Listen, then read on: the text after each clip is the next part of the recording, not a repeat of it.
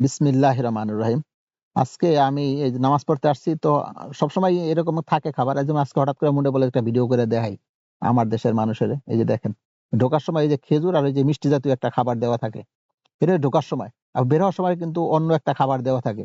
আমি আপনাদেরকে দেখাবো বের হওয়ার সময় কি দেওয়া থাকে এখানে। কিন্তু থাকে। এই যে শেষ হয়ে গেলে কিন্তু আবার এখানে দিবে। লোক আছে এই মসজিদের যে খাদেম ওরা থাকে। ওরা আরকি এখানে দিয়ে রাখে। এই যে এখন আমরা যাইতেছি পানি লওয়ার জন্য।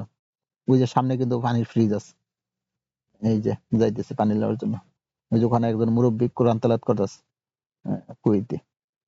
এই যে আমার সাদিক আব্দুল কাদের। এই যে কত দেখেন এখানে মানে পানি ফ্রিজে ভরা থাকে। এই যে দেখেন সামনে আরেকটা ফ্রিজ, ওই যে ওই সাইডে আরেকটা ফ্রিজ আছে। মানে ওই দরজা দিয়ে যতটুকু ঢুকবে সে ওই দরজা ওই পানি খাইবে, অসুবিধা নাই। কষ্ট করে এত দূর আসতে হবে না। এই যে আমরা আবার এখানে হাত ধুইতে আসতেছি। এই যে এই যে আমি এই যে আমি দেখা যাইতেছে। এই যে এই খাবারগুলো শেষ হয়ে গেলে আবার খাবার দিবে। আবার নামাজের পরে অন্য খাবার দিয়ে দিবে আবার। এইটা থাকবে, খেজুর থাকবেই। মানে এখানকার আরবের ভিতরে খাবার হইলে সবচেয়ে বড় প্রিয় খাবার হচ্ছে খেজুর।